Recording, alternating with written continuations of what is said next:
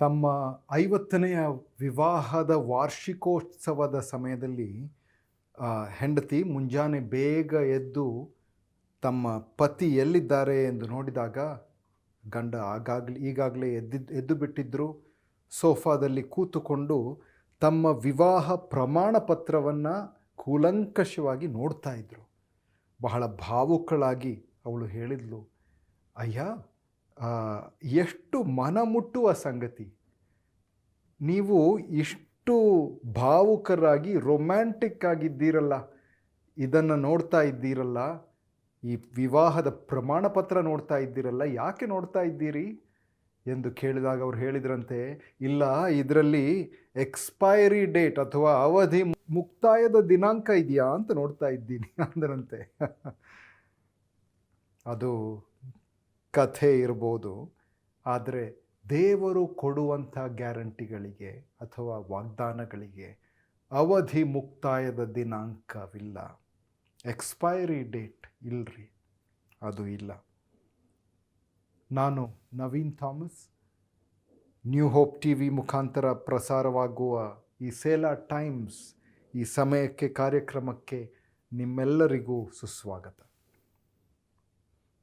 ಇಂದಿನ ಧ್ಯಾನದ ಶೀರ್ಷಿಕೆ ದೇವರು ಕೊಟ್ಟಿರುವ ಗ್ಯಾರಂಟಿಗಳು ಅಥವಾ ಖಾತರಿಗಳು, ಹೆವೆನ್ಸ್ ಗ್ಯಾರಂಟೀಸ್. ನಾವು ನೋಡೋಣ. ನೋಡಿ, ನಾವು ವಾಗ್ದಾನಗಳ ಮೇಲೆ, ಪ್ರಾಮಿಸಸ್ ಅಥವಾ ವಾಗ್ದಾನಗಳ ಮೇಲೆ ಬದುಕುತ್ತೇವೆ, ಅದನ್ನು ಆಧರಿಸ್ತೇವೆ ಅಲ್ವೇ. ರಾಜಕಾರಣಿಗಳು ಬರ್ತಾರೆ ಇಲೆಕ್ಷನ್ ಸಮಯದಲ್ಲಿ, ಅವರು ಬಂದು ಚುನಾವಣೆಗಿಂತ ಮುಂಚೆ ಬಂದು ಅನೇಕ ಪ್ರಾಮಿಸ್ಗಳನ್ನು, ಖಾತರಿಗಳನ್ನು, ವಾಗ್ದಾನಗಳನ್ನು ಕೊಡ್ತಾರೆ. ಕೆಲವು ವಾಗ್ದಾನಗಳನ್ನು ಈಡೇರಿಸಲಿಕ್ಕೆ ಅವರಿಂದ ಸಾಧ್ಯ, ಕೆಲವರಿಗೆ ಸಾಧ್ಯ ಆಗಲ್ಲ.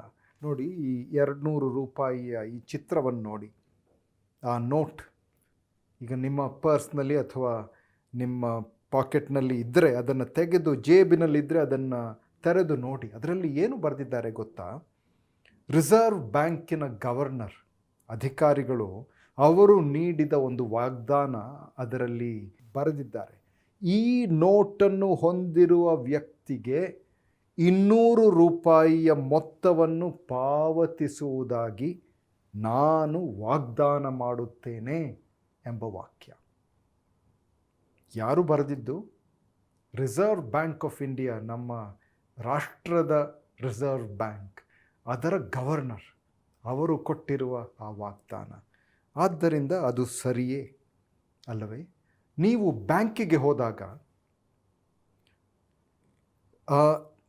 ಒಂದು ವಾಗ್ದಾನವನ್ನು ನೀವು ಸ್ವೀಕರಿಸ್ತೀರಿ. ಅಲ್ಲಿ ಹಣವನ್ನು ನೀವು ಠೇವಣಿಗೆ ನೀವು ಕೊಡುವುದಾದರೆ ಅವರ ವಾಗ್ದಾನವೇನು? ನಾವು ನಿಮ್ಮ ಹಣವನ್ನು ಸುರಕ್ಷಿತವಾಗಿ ಇಟ್ಟುಕೊಳ್ಳುತ್ತೇವೆ, ಅದರ ಮೇಲೆ ನಿಮಗೆ ಸ್ವಲ್ಪ ಬಡ್ಡಿಯನ್ನೂ ಕೊಡುತ್ತೇವೆ, ನಿಮ್ಮ ಹಣವನ್ನು ನಮ್ಮಲ್ಲಿ ನಂಬಿಕೆಯಿಂದ ಇಡಿ ಎಂಬ ಭರವಸೆ ಅಲ್ವೇ? ಅದೊಂದು ವಾಗ್ದಾನ, ನಾವು ನಂಬ್ತೇವೆ. ಆದರೂ ಪ್ರಪಂಚದಾದ್ಯಂತ ಅನೇಕ ಬ್ಯಾಂಕ್ಗಳು ಕುಸಿದು ಬಿದ್ದಿರುವ ಉದಾಹರಣೆಗಳಿವೆ, ನಮ್ಗೆ ಗೊತ್ತುಂಟು.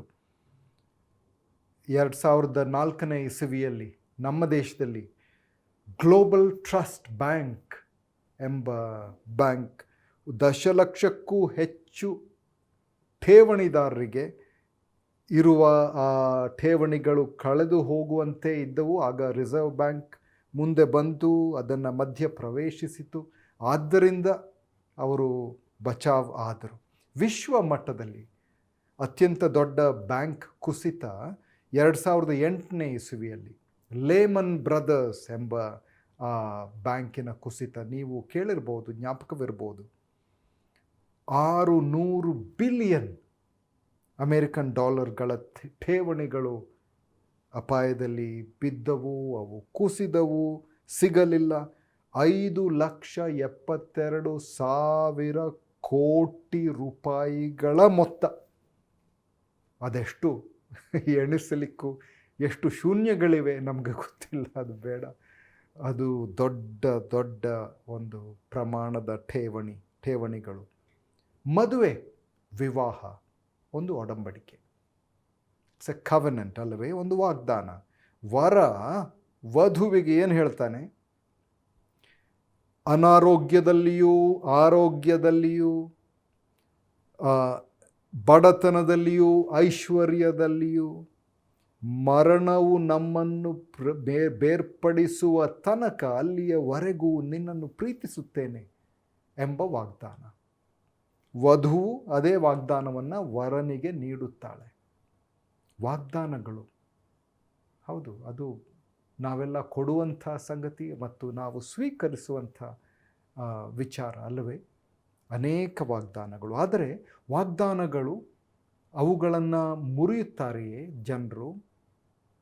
ಹೌದು, ದುರದೃಷ್ಟವಶಾತ್ ಜನರು ತಮ್ಮ ವಾಗ್ದಾನಗಳಿಂದ ಹಿಂದೆ ಸರಿಯುತ್ತಾರೆ.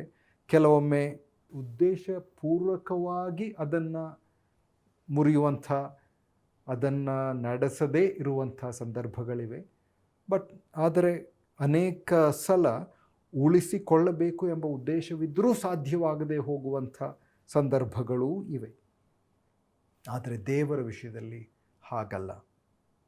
ಅರಣ್ಯಕಾಂಡ 23ನೇ ಅಧ್ಯಾಯ, ನಂಬರ್ಸ್ 23 ವರ್ಸ್ 19, 19ನೇ ವಚನ ನಾವು ಓದೋಣ.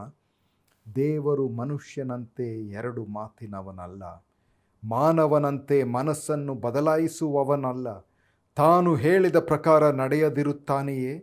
ಮಾತು ಕೊಟ್ಟ ನಂತರ ನೆರವೇರಿಸುವುದಿಲ್ಲವೋ? ಎಂಥ ವಚನ ಅಲ್ಲವೇ? ದೇವರು ಮನುಷ್ಯನಲ್ಲ ಸುಳ್ಳಾಡುವುದಕ್ಕೆ, ನರಪುತ್ರನಲ್ಲ, ತನ್ನ ಮಾತನ್ನು ಹಿಂದೆ ತೆಗೆದುಕೊಳ್ಳಲ್ಲ. ಹೇಳಿದ ಮೇಲೆ ಮಾಡದೇ ಇರುವನೇ? ಅದಕ್ಕೆ ಉತ್ತರ ಏನು? ಇಲ್ಲ ಸ್ವಾಮಿ, ನೀನು ಖಂಡಿತ ಮಾಡುತ್ತಿ. ಆತನು ಮಾತು ಕೊಟ್ಟ ಮೇಲೆ ನೆರವೇರಿಸದೇ ಇರುವನೇ? ಇಲ್ಲ, ಸಾಧ್ಯವಿಲ್ಲ. ಇಬ್ರಿಯರಿಗೆ ಬರೆದ ಪತ್ರಿಕೆ 7ನೇ ಅಧ್ಯಾಯ 22ನೇ ವಚನದಲ್ಲಿ ಹೀಗೆ ಬರೆದಿದ್ದಾರೆ, ಓದೋಣ. ಯೇಸು ಪ್ರತಿಜ್ಞೆಯೊಡನೆಯೇ ಎಷ್ಟೋ ಶ್ರೇಷ್ಠವಾದ ಒಡಂಬಡಿಕೆಗೆ ಆಧಾರನಾದನು. ಆ ವಾಗ್ದಾನಕ್ಕೆ, ಒಡಂಬಡಿಕೆಗೆ ಆಧಾರನಾದನು. ಈ ಕಾರಣದಿಂದ ಯೇಸು ಉತ್ತಮವಾದ ಒಡಂಬಡಿಕೆಯ ಖಾತರಿದಾರನಾಗಿದ್ದಾನೆ. ಪ್ರಿಯ ಸ್ನೇಹಿತಳೆ, ದೇವರ ವಾಗ್ದಾನಗಳ ಖಾತರಿದಾರ ಯೇಸು ಕ್ರಿಸ್ತ. ಇದಕ್ಕೆ ಹಿಂದಿನ ಅದಕ್ಕೆ ಮುಂಚಿನ ವಚನದಲ್ಲಿ ಹೀಗೆ ಬರೆದಿದ್ದಾರೆ, ಕರ್ತನು ಪ್ರಮಾಣ ಮಾಡಿದ್ದಾನೆ, ತನ್ನ ಮನಸ್ಸನ್ನು ಬದಲಾಯಿಸುವುದಿಲ್ಲ. ಪ್ರಿಯರೇ, ನೀವು ದೇವರ ವಾಗ್ದಾನಗಳಲ್ಲಿ ಭರವಸೆ ಇಡಬಹುದು. ಬೈಬಲ್ನಲ್ಲಿ ಸುಮಾರು 7,000 ವಾಗ್ದಾನಗಳನ್ನು ನೀಡಿದ್ದಾರೆ, ಉಲ್ಲೇಖಿಸಲ್ಪಟ್ಟಿವೆ ಎಂದು ಅನೇಕರು ಎಣಿಸಿದ್ದಾರೆ. ಕೆಲವರು ಅದಕ್ಕಿಂತ ಹೆಚ್ಚಿದೆ ಎಂದು ಹೇಳುವವರಿದ್ದಾರೆ. 5 ಖಾತರಿಗಳನ್ನು, 5 ಗ್ಯಾರಂಟಿಗಳನ್ನು ನಾವು ನೋಡೋಣ. ಗ್ಯಾರಂಟಿ ನಂಬರ್ 1, ಮೊದಲನೆಯ ಗ್ಯಾರಂಟಿ, ಖಾತರಿ ಸಂಖ್ಯೆ 1, ಅದು ಆತನ ಸಾನ್ನಿಧ್ಯದ ವಾಗ್ದಾನ. ಆತನ ಸಾನ್ನಿಧ್ಯದ ವಾಗ್ದಾನ. ಇಬ್ರಿಯರಿಗೆ ಬರೆದ ಪತ್ರಿಕೆ 13ನೇ ಅಧ್ಯಾಯ 5ನೇ ವಾಕ್ಯ ಓದೋಣ. ಹಣದಾಸೆಯಿಂದ ದೂರವಿರಿ, ನಿಮಗಿರುವವುಗಳಲ್ಲಿಯೇ ತೃಪ್ತರಾಗಿರಿ. ನಾನು ನಿಮ್ಮನ್ನು ಎಂದಿಗೂ ಕೈಬಿಡುವುದಿಲ್ಲ, ಎಂದಿಗೂ ತೊರೆಯುವುದಿಲ್ಲ ಎಂದು ದೇವರು ತಾನೇ ಹೇಳಿದ್ದಾನೆ. ಉತ್ತಮವಾದ ವಾಗ್ದಾನ ಸ್ವಾಮಿ, ಅದೇ ಸಾಕು. ನಿನ್ನ ಸಾನ್ನಿಧ್ಯದ ವಾಗ್ದಾನ, ಅದೊಂದು ಗ್ಯಾರಂಟಿ. ನಡತೆ ಹಣದಾಸೆಯಿಂದ ದೂರವಿರಲಿ. ಯಾಕೆ? ನಿಮಗಿರುವುದರಲ್ಲೇ ತೃಪ್ತರಾಗಿರಿ. ಯಾಕೆ? ನಾನು ನಿನ್ನನ್ನು ಎಂದಿಗೂ ಕೈ ಬಿಡುವುದಿಲ್ಲ. ಹಳೆ ಒಡಂಬಡಿಕೆಯಿಂದ ನೇರವಾಗಿ ತೆಗೆದುಕೊಂಡ ಒಂದು ವಾಕ್ಯ, ಇದೊಂದು ಮಾತು, ಇದೊಂದು ವಾಗ್ದಾನ. ಧರ್ಮೋಪದೇಶ ಕಾಂಡ 31ನೇ ಅಧ್ಯಾಯ 8ನೇ ವಚನ. ಧರ್ಮೋಪದೇಶ ಕಾಂಡ 31:8. ಯೆಹೋವನು ತಾನೇ ನಿನ್ನ ಮುಂದೆ ಹೋಗುವನು, ಆತನೇ ನಿನ್ನ ಸಂಗಡ ಇರುವನು, ನಿನ್ನನ್ನು ಅಪಜಯಕ್ಕೆ ಗುರಿಪಡಿಸುವುದೇ ಇಲ್ಲ, ಕೈ ಬಿಡುವುದಿಲ್ಲ, ಅಂಜಬೇಡ, ಧೈರ್ಯದಿಂದಿರು ಎಂದು ಹೇಳಿದನು. ಮೋಶೆ ತನ್ನ ಉತ್ತರಾಧಿಕಾರಿಯಾದ ಯೆಹೋಶುವನಿಗೆ ಇಡೀ ಸಭೆಯ ಮುಂದೆ ಈ ಜವಾಬ್ದಾರಿಯನ್ನು ವಹಿಸ್ತಾ ಇದ್ದಾನೆ, ಇದನ್ನು ಹೇಳ್ತಾ ಇದ್ದಾನೆ. ಕೈ ಬಿಡುವುದಿಲ್ಲ, ನಿನ್ನ ಸಂಗಡ ಇರುವನು, ಅಂಜಬೇಡ, ಧೈರ್ಯದಿಂದಿರು. ಕರ್ತನೇ ನಿನ್ನ ಮುಂದೆ ಹೋಗುವನು, ನಿನ್ನ ಸಂಗಡ ಇರುವನು, ತೊರೆಯನು, ಭಯಪಡಬೇಡ, ಅಂಜಬೇಡ. ಸ್ವಾಮಿ, ಎಂಥ ಉತ್ತಮವಾದ ವಾಗ್ದಾನ. Promise of his presence. ಯೆಹೋಶುವನ ಪುಸ್ತಕ 1ನೇ ಅಧ್ಯಾಯ 5ನೇ ವಾಕ್ಯ. ಜಾಶುವ 1:5. ನಿನ್ನ ಜೀವಮಾನದಲ್ಲೆಲ್ಲ ಒಬ್ಬನೂ ನಿನ್ನ ಮುಂದೆ ನಿಲ್ಲನು, ನಾನು ಮೋಶೆಯ ಸಂಗಡ ಇದ್ದ ಹಾಗೇ ನಿನ್ನ ಸಂಗಡವೂ ಇರುವೆನು. ನಿನ್ನನ್ನು ಕೈ ಬಿಡೋದಿಲ್ಲ, ನಿನ್ನನ್ನು ತೊರೆಯೋದಿಲ್ಲ, ನಿನ್ನ ಸಂಗಡ ಇರುವೆನು ಎಂಬ ಆ ವಾಗ್ದಾನ. ನೋಡಿ, ಕೆಲವರಿಗೆ ಈ ಪುಟ್ಟ ಪಗ್ ಎಂಬ ನಾಯಿಯ ಸುಂದರ ಜಾಹೀರಾತು ನಿಮಗೆ ಜ್ಞಾಪಕವಿರ್ಬೋದು. ಹಚ್ ಫೋನ್, ಅದು ಆ ನಾಯಿ you and I in a beautiful world ಎಂಬ ಆ ಜಾಹೀರಾತು. ನಾಯಿ ಆಕರ್ಷಕವಾದ ಮುದ್ದಾದ ನಾಯಿ ಮರಿ ಈ ಹುಡುಗನನ್ನು ಹಿಂಬಾಲಿಸ್ತಾ ಹೋಗ್ತದೆ, ಎಲ್ಲಿ ಹೋದರೂ ಹೋಗುವಂಥ ಆ ಜಾಹೀರಾತು. ಆದರೆ ಸರ್ವಶಕ್ತನಾದ ದೇವರಿಂದ ಬರುವ ವಾಗ್ದಾನ ಅದು ಅಮೂಲ್ಯ, ಅದು ಅದ್ಭುತ, ಅದನ್ನು ವರ್ಣಿಸಲು ಅಸಾಧ್ಯ. ಸ್ವಾಮಿ, ಅಷ್ಟೇ ಸಾಕು ನಮಗೆ. ಗ್ಯಾರಂಟಿ ನಂಬರ್ 2, ಖಾತರಿ ಸಂಖ್ಯೆ 2, ಕದಲದ ಪ್ರೀತಿಯ ವಾಗ್ದಾನ. ಕದಲದ ಪ್ರೀತಿಯ ವಾಗ್ದಾನ. ಯೆಶಾಯನ ಪ್ರವಾದನೆ ಗ್ರಂಥ 54ನೇ ಅಧ್ಯಾಯ 10ನೇ ವಚನ. ಬೆಟ್ಟಗಳು ಸ್ಥಳವನ್ನು ಬಿಟ್ಟು ಹೋದಾವು, ಗುಡ್ಡಗಳು ಕದಲಿಯಾವು, ಆದರೆ ನನ್ನ ಕೃಪೆಯು ನಿನ್ನನ್ನು ಬಿಟ್ಟು ಹೋಗದು, ಸಮಾಧಾನದ ನನ್ನ ಒಪ್ಪಂದವು ಕದಲದು ಎಂದು ನಿನ್ನನ್ನು ಕರುಣಿಸುವ ಯೆಹೋವನು ಅನ್ನುತ್ತಾನೆ. ಎಂಥ ವಾಗ್ದಾನ ಅಂತ ನೋಡಿ. ಪರ್ವತಗಳು ಕದಲಿ ಹೋಗ್ಬೋದು, ಬೆಟ್ಟಗಳು ತೆಗೆದು ಹಾಕಲ್ಪಡ್ಬೋದು, ಅದು ಆಗಲ್ಲ, ಸಾಧ್ಯವಿಲ್ಲ. ಆದರೆ ಅದಾದರೂ ನನ್ನ ಕೃಪೆಯು ನಿನ್ನಿಂದ ಕದಲದು, ನನ್ನ ಸಮಾಧಾನದ ಒಡಂಬಡಿಕೆಯು ತೆಗೆದು ಹಾಕಲ್ಪಡುವುದಿಲ್ಲ ಎಂದು ನಿನ್ನ ಮೇಲೆ ಕರುಣೆಯುಳ್ಳ ಕರ್ತನು ಹೇಳುತ್ತಾನೆ ಎಂಬ ವಾಗ್ದಾನ. ನಂದಿ ಹಿಲ್ಸ್, ನಂದಿ ಬೆಟ್ಟ ಹೋಗಿದ್ದೀರಲ್ಲ, ಬೆಂಗಳೂರಿನ ಪಕ್ಕದಲ್ಲಿರುವಂಥದ್ದು. ಮುಳ್ಳಯ್ಯ ನಗರಿ ಬೆಟ್ಟವಿದೆ ಚಿಕ್ಕಮಗಳೂರಿನ ಪ್ರಾಂತದಲ್ಲಿ. ಅಥವಾ ನೀವು ನೀಲಗಿರೀಸ್ಗೆ ಹೋಗಿರ್ಬೋದು, ಊಟಿ. ಇಲ್ಲವಾದರೆ ಹಿಮಾಲಯ ಪರ್ವತಗಳು, ಎಂಥ ಅದ್ಭುತವಾದ ಉನ್ನತವಾದ ಪರ್ವತಗಳು. ಅವುಗಳು ಅಲ್ಲಾಡುವುದು ಸಾಧ್ಯವಿಲ್ಲ, ಗಟ್ಟಿ ನಿಂತವೆ, ಹಾಗೆ ಇರುತ್ತವೆ, ನಮಗೆ ಗೊತ್ತು. ಆದರೆ ಅವುಗಳು ಕದಲಿದರೂ ನನ್ನ ಪ್ರೀತಿ, ನನ್ನ ಕೃಪೆ ಬಿಟ್ಟು ಹೋಗುವುದು ಸಾಧ್ಯವಿಲ್ಲ. ಕದಲದ ಪ್ರೀತಿಯ ವಾಗ್ದಾನ. ಗ್ಯಾರಂಟಿ ನಂಬರ್ 3, ಮೂರನೇ ಗ್ಯಾರಂಟಿ, ಖಾತರಿ ಸಂಖ್ಯೆ 3, ರಕ್ಷಣೆಯ ವಾಗ್ದಾನ. ರಕ್ಷಣೆಯ ವಾಗ್ದಾನ. ಯೋಹಾನು ಬರೆದ ಪತ್ರಿಕೆ, ಯೋಹಾನು ಬರೆದ ಸುವಾರ್ತೆ 5ನೇ ಅಧ್ಯಾಯ 24ನೇ ವಚನ. ನಿಮಗೆ ನಿಜವಾಗಿ ಹೇಳುತ್ತೇನೆ, ನನ್ನ ವಾಕ್ಯವನ್ನು ಕೇಳಿ ನನ್ನನ್ನು ಆತನನ್ನು ನಂಬುವವನು ನಿತ್ಯ ಜೀವವನ್ನು ಹೊಂದಿದ್ದಾನೆ, ಅವನು ಖಂಡನೆಗೆ ಗುರಿಯಾಗುವುದಿಲ್ಲ, ಮರಣದಿಂದ ಪಾರಾಗಿ ಜೀವದಲ್ಲಿ ಸೇರಿದ್ದಾನೆ. ಏನು ಹೇಳ್ತಾ ಇದ್ದಾನೆ ಸ್ವಾಮಿ?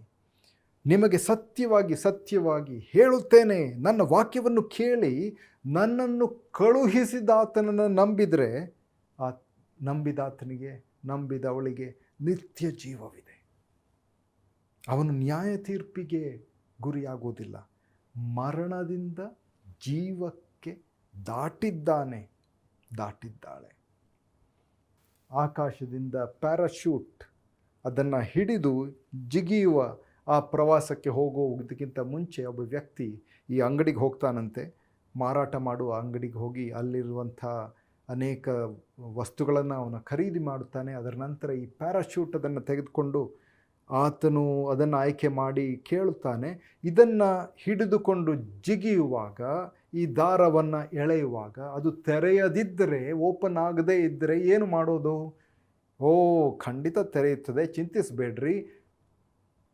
ದುರದೃಷ್ಟವಶಾತ್ ಅದು ತೆರೆಯದೇ ಇದ್ದರೆ ನಮಗೆ ರಿಟರ್ನ್ ಪಾಲಿಸಿ ಇದೆ, ತಂದು ಬಿಡಿ, ಇನ್ನೊಂದು ಹೊಸ್ತು ಕೊಡ್ತೇವೆ ಅಂದ್ರಂತೆ. ಸಾಧ್ಯವೇ? ಅದೊಂದು ಕಥೆ ಅಷ್ಟೇ. ನಿಜವಾಗಲು ಸಾಧ್ಯವಿಲ್ಲ. ಯಾಕೆ? ಎರಡನೆಯ ಅವಕಾಶವೇ ಇಲ್ಲ. ಈಗ ನಾವು ಈ ನಿರಂತರವಾದ ನಿತ್ಯದ ಸಂಗತಿಗಳನ್ನು ಅದರ ಬಗ್ಗೆ ಮಾತನಾಡುವಾಗ ಎರಡನೇ ಅವಕಾಶ ಇಲ್ಲ. ನಾವು ವೈದ್ಯಕೀಯ ವಿದ್ಯಾರ್ಥಿಗಳಾಗಿದ್ದಾಗ ಮೊದಲನೇ ವರ್ಷದಲ್ಲಿ ಒಂದು ದೊಡ್ಡ ಈಜುವಂಥ ಬಾವಿ, ಅನೇಕ ಮೆಟ್ಟಲುಗಳಿಂದ ಹಳ್ಳಿಯಲ್ಲಿದ್ದ ಇಳಿದು ಹೋಗಬೇಕಾದ ದೊಡ್ಡ ಬಾವಿ, ಅಲ್ಲಿ ಈಜುವಂಥ ಪದ್ಧತಿ ಇತ್ತು. ನಮ್ಮಲ್ಲಿ ಅನೇಕರಿಗೆ ಚೆನ್ನಾಗಿ ಈಜು ಗೊತ್ತಿರಲಿಲ್ಲ. 5-6 ಜನ ಹೋದೆವು. ಅಲ್ಲಿ ನಮ್ಮಲ್ಲಿ ಒಬ್ಬರು ಒಂದು ದಡದಿಂದ ಇನ್ನೊಂದು ದಡಕ್ಕೆ ಈಜಿ ಅಲ್ಲಿ ಹೋದಾಗ ಅಲ್ಲಿ ಅವರಿಗೆ ಅಷ್ಟು ಚೆನ್ನಾಗಿ ಗೊತ್ತಿರಲಿಲ್ಲ. ದಣಿದು ಅಲ್ಲಿದ್ದ ಬಳ್ಳಿಗಳನ್ನು, ಒಂದು ಕೊಂಬೆಯನ್ನು ಹಿಡಿದುಕೊಳ್ಳಲು ಪ್ರಯತ್ನಿಸಿದರು. ಆದರೆ ಅದು ಬಂದು ಬಿಟ್ಟಿತು. ಅದು ಅಲ್ಲೂ ನಿಲ್ಲಲಿಲ್ಲ. ಅದು ಕಿತ್ತು ಹೋದವು. ಆಗ ಮುಳುಗಿ ಸ್ವಲ್ಪ ನೀರನ್ನು ಕಬಳಿಸಿ ಮೇಲೆ ಬಂದು ಏನೋ ಕಲ್ಲನ್ನು ಹಿಡಿದು ಬಚಾವಾದ ಆ ಸಂಗತಿ ಈಗಲೂ ಜ್ಞಾಪಕವಿದೆ. ಎಲ್ಲರೂ ಭಯಭೀತರಾಗಿ ನೋಡ್ತಾ ಇದ್ದರು. ಅವರಲ್ಲೂ ಎಷ್ಟು ಗಾಬರಿ ಇತ್ತು. ದೇವರ ಕೃಪೆಯಿಂದ ತಿರುಗಿ ಬರುವಂಥ ಸಾಧ್ಯತೆ ಆಯಿತು. ನೋಡಿ, ನಂಬಿಕೆಗೆ ಯೋಗ್ಯವಲ್ಲದ ಸಂಗತಿಗಳು ಅಥವಾ ಯೋಗ್ಯವಲ್ಲದ ವ್ಯಕ್ತಿಗಳು ಅವರನ್ನು ಆಧರಿಸಿದರೆ ಪರಿಣಾಮ ಭೀಕರವಾಗ್ಬೋದು ಅಲ್ವೇ? ನಿತ್ಯತ್ವದ ಪರಿಣಾಮವನ್ನು ಹೊಂದಿರುವ ಮಹತ್ವದ ವಿಷಯಗಳು ನಮ್ಮ ಗಮನಕ್ಕೆ ಬಂದಾಗ ಈ ವಾಗ್ದಾನ ಕೊಡುವಂಥವನು ನಂಬಿಗಸ್ತನೋ ಸತ್ಯವೋ ನಮಗೆ ಖಚಿತವಾಗಿ ಗೊತ್ತಾಗಬೇಕು. ಯೇಸು ಸ್ವತಃ ಈ ವಾಗ್ದಾನವನ್ನು ನೀಡಿದನು. ನೀವು ನನ್ನ ವಾಕ್ಯವನ್ನು ಸ್ವೀಕರಿಸಿ ನನ್ನನ್ನು ಕಳುಹಿಸಿದಾತನನ್ನು ನಂಬಿದರೆ ನಿತ್ಯ ಜೀವವಿದೆ, ಮರಣದಿಂದ ಜೀವಕ್ಕೆ ದಾಟಿದ್ದಾನೆ ಎನ್ನುವಂಥ ಗ್ಯಾರಂಟಿ. ಇದು ಧಾರ್ಮಿಕ ವಿಷಯವಲ್ಲ, ಹೊರಗಿರುವ ಜಾತಿಯ ವಿಷಯವಲ್ಲ, ಆದರೆ ಹೃದಯದ ನಂಬಿಕೆಯ ಹಿಂಬಾಲಿಸುವಂಥ ವಿಷಯ. ಗ್ಯಾರಂಟಿ ನಂಬರ್ 4, ಖಾತರಿ ಸಂಖ್ಯೆ 4, ಆತನ ಪೂರೈಕೆಯ ವಾಗ್ದಾನ.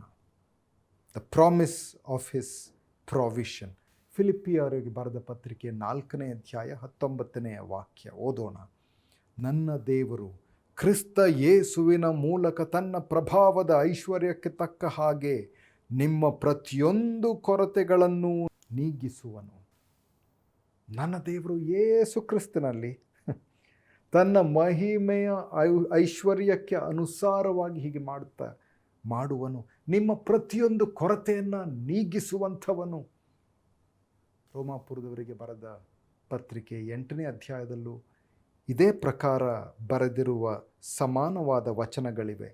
8ನೇ ಅಧ್ಯಾಯ 32ನೇ ವಚನ ಓದೋಣ. ಸ್ವಂತ ಮಗನನ್ನು ಉಳಿಸಿಕೊಳ್ಳದೆ ಆತನನ್ನು ನಮಗೆಲ್ಲರಿಗೋಸ್ಕರ ಒಪ್ಪಿಸಿಕೊಟ್ಟಿದ್ದಾನಲ್ವೇ? ಮಗನನ್ನು ಕೊಟ್ಟ ಮೇಲೆ ಸಮಸ್ತವನ್ನು ನಮಗೆ ದಯಪಾಲಿಸದೇ ಇರುವನೋ? ಸಾಧ್ಯವಿಲ್ಲ. ತನ್ನ ಸ್ವಂತ ಮಗನನ್ನು ಉಳಿಸದೆ ನಮಗೆಲ್ಲರಿಗೋಸ್ಕರ ಒಪ್ಪಿಸಿಕೊಟ್ಟ ಸ್ವಾಮಿ, ಕರ್ತನು, ದೇವಾಧಿದೇವರು, ಯೆಹೋವನು, ಮಹಾನ್ ಇರುವಾತನು ಎಂದು, ನಾನೇ ಇರುವವನು ಎಂದು ಹೇಳಿದಾತನು, ಆಕಾಶ ಮಂಡಲಗಳನ್ನು ಭೂಮಿಯನ್ನು ಉಂಟು ಮಾಡಿದಾತನು, ಸೃಷ್ಟಿಸಿದವನು, ತನ್ನ ಸ್ವಂತ ಮಗನನ್ನು ತಡೆ ಹಿಡಿಯಲಿಲ್ಲ, ಕೊಟ್ಟು ಬಿಟ್ಟ. ಸ್ವಾಮಿ, ಹಾಗೆ ನೀನು ಮಾಡಿದಾಗ ಇತರ ಸಂಗತಿಗಳನ್ನು ನಮ್ಮಿಂದ ತಡೆ ಹಿಡಿಯುವವನೇ ನೀನು. ಖಂಡಿತ ಸಾಧ್ಯವಿಲ್ಲ. ನಂಬಿದ್ದೇವೆ ಸ್ವಾಮಿ, ಹಿಂಬಾಲಿಸುತ್ತೇವೆ ಸ್ವಾಮಿ. ಕೊನೆಯದಾಗಿ ಖಾತರಿ ಸಂಖ್ಯೆ 5, ಗ್ಯಾರಂಟಿ ನಂಬರ್ 5, ದೇವರು ಎಲ್ಲವನ್ನೂ ಒಟ್ಟುಗೂಡಿಸಿ ಹಿತಕ್ಕಾಗಿ ಒಳ್ಳೆಯದನ್ನು ಮಾಡುವನು ಎಂಬ ವಾಗ್ದಾನ. ದೇವರು ಒಳ್ಳೆಯದನ್ನು ಒಟ್ಟುಗೂಡಿಸಿ ಹಿತಕ್ಕಾಗಿ ಒಳ್ಳೆಯದನ್ನು ಮಾಡುವನು ಎಂಬ ವಾಗ್ದಾನ. ರೋಮಾಪುರದವರಿಗೆ ಬರೆದ ಆ ಪತ್ರಿಕೆ 8ನೇ ಅಧ್ಯಾಯ 28ನೇ ವಚನ ಓದೋಣ. ಇದಲ್ಲದೆ ದೇವರ ಸಂಕಲ್ಪದ ಮೇರೆಗೆ ಕರೆಯಲ್ಪಟ್ಟು ಆತನನ್ನು ಪ್ರೀತಿಸುವವರ ಹಿತಕ್ಕಾಗಿ ಎಲ್ಲ ಕಾರ್ಯಗಳು ಒಳ್ಳೆಯದಕ್ಕಾಗಿಯೇ ಆಗುವುದು ಎಂದು ನಮಗೆ ತಿಳಿದಿದೆ. ಅಂದರೆ ಆತನ ಸಂಕಲ್ಪದ ಪ್ರಕಾರ ಕರೆಯಲ್ಪಟ್ಟವರಿಗೆ ಎಲ್ಲವೂ ಒಟ್ಟಾಗಿ ಒಳ್ಳೆಯದಕ್ಕಾಗಿ ಕೆಲಸ ಮಾಡುತ್ತವೆ ಎಂಬುದು ನಮಗೆ ತಿಳಿದಿದೆ. ಎಲ್ಲವೂ ಅಂದರೆ ಏನು? ಎಲ್ಲವೂ ಅಂದರೆ ಎಲ್ಲವೂ. ಯಾವುದೂ ಹೊರಗೆ ಬಿಟ್ಟಿಲ್ಲ. ಪೂರ್ವಾಪೇಕ್ಷೆಗಳು ಅಂದರೆ ಕ್ರೈಟೀರಿಯಾ ಇದೆ. ಏನಿದೆ? ದೇವರನ್ನು ಪ್ರೀತಿಸುವವರಿಗೆ, ಎರಡನೇದಾಗಿ ಆತನ ಸಂಕಲ್ಪದ ಪ್ರಕಾರ ಕರೆಯಲ್ಪಟ್ಟವರಿಗೆ. ಏನು ಹೇಳ್ತಾರೆ? ನಮಗೆ ತಿಳಿದಿದೆ. ನಾವು ಯೋಚಿಸ್ತೇವೆ, ಭಾವಿಸ್ತೇವೆ ಅಲ್ರಿ. ನಮ್ಮ ಊಹೆ ಅದು, ನಮ್ಮ ಊಹಾಪೋಹದ ವಿಷಯವಲ್ಲ. ಅದು ನಮಗೆ ತಿಳಿದಿದೆ.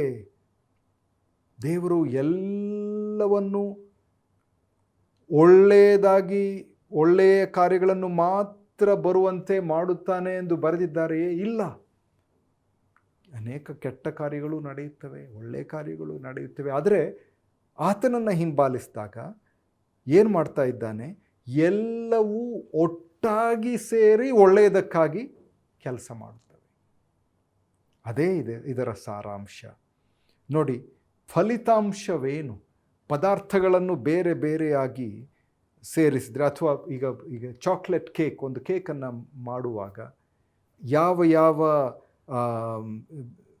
ವಿಭಿನ್ನ ಸಾಮಗ್ರಿಗಳನ್ನು ನಾವು ಉಪಯೋಗಿಸ್ತೇವೆ? ಬೇಕಿಂಗ್ ಸೋಡಾ, ಹಸಿ ಮೊಟ್ಟೆ, ಸಸ್ಯಜನ್ಯ ಎಣ್ಣೆ, ಕೋಕೋ ಪೌಡರ್, ಅದನ್ನೆಲ್ಲ ಬೇರೆ ಬೇರೆಯಾಗಿ ರುಚಿ ನೋಡಿದರೆ, ಅದನ್ನು ತಿಂದರೆ ಅಯ್ಯೋ ಬೇಡ, ನನಗೆ ಬೇಡ. ಆದರೆ ಅವುಗಳನ್ನು ಸರಿಯಾದ ಪ್ರಮಾಣದಲ್ಲಿ ಬೆರೆಸಿ, ಸರಿಯಾದ ಸಮಯದಲ್ಲಿ ಸೇರಿಸಿ, ಅದನ್ನು ಬೇಯಿಸಿದಾಗ, ಸರಿಯಾದ ರೀತಿಯಲ್ಲಿ ಅದನ್ನು ಉಪಯೋಗಿಸಿದಾಗ ಫಲಿತಾಂಶವೇನು? ಎಷ್ಟು ರುಚಿಕರವಾದದ್ದು ಅಲ್ಲವೇ? ರೋಮಾಪುರದವರಿಗೆ 8ನೇ ಅಧ್ಯಾಯ 37ರಿಂದ 39ನೇ ವಚನಗಳನ್ನು ಓದೋಣ. ಇಲ್ಲ, ನಮ್ಮನ್ನು ಪ್ರೀತಿಸಿದ ಆತನ ಮೂಲಕ ನಾವು ಎಲ್ಲ ವಿಷಯಗಳಲ್ಲಿಯೂ ಪೂರ್ಣ ಜಯಶಾಲಿಗಳಾಗಿದ್ದೇವೆ.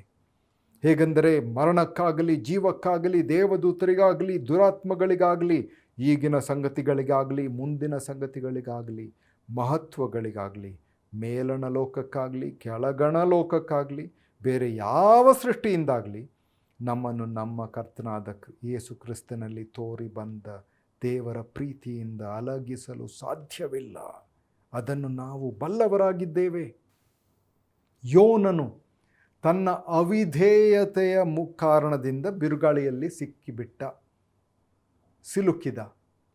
ಆದರೆ ಯೇಸುಸ್ವಾಮಿಯ ಶಿಷ್ಯರನ್ನು ದೋಣಿಯಲ್ಲಿ ಏರಿಸಿ ಕಳುಹಿಸಿದಾಗ ವಿಧೇಯತೆಯ ಕಾರಣದಿಂದ ಬಿರುಗಾಳಿಯಲ್ಲಿ ಸಿಲುಕಿಬಿಟ್ರು ಅಲ್ವೇ?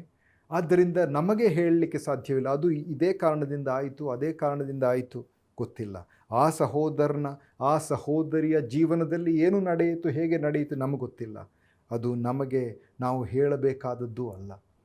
ಪರೀಕ್ಷೆಗಳನ್ನು, ಅದು ದೇವರ ಅನುಮತಿಯಿಂದ ಬರುವಂಥದ್ದು.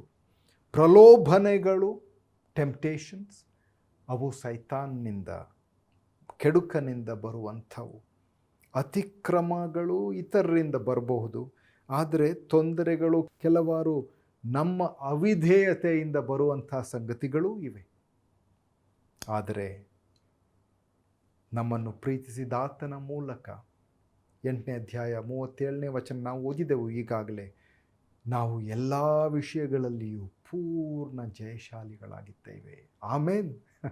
ದೇವರಿಗೆ ಸ್ತೋತ್ರ. ನೋಡಿ, ನಿಮ್ಮ ನೆನಪನ್ನು ಪರೀಕ್ಷಿಸ್ತೀರಾ? ಮೊದಲನೇ ಖಾತರಿ, ಗ್ಯಾರಂಟಿ ನಂಬರ್ 1, ಖಾತರಿ ಸಂಖ್ಯೆ 1, ಆತನ ಸಾನ್ನಿಧ್ಯದ ವಾಗ್ದಾನ. ಖಾತರಿ ಸಂಖ್ಯೆ 2, ಆತನ ಅಲ್ಲಾಡದ ಕದಲದ ಪ್ರೀತಿಯ ವಾಗ್ದಾನ. ಗ್ಯಾರಂಟಿ ನಂಬರ್ 3, ಖಾತರಿ ಸಂಖ್ಯೆ 3, ಆತನ ರಕ್ಷಣೆಯ ವಾಗ್ದಾನ.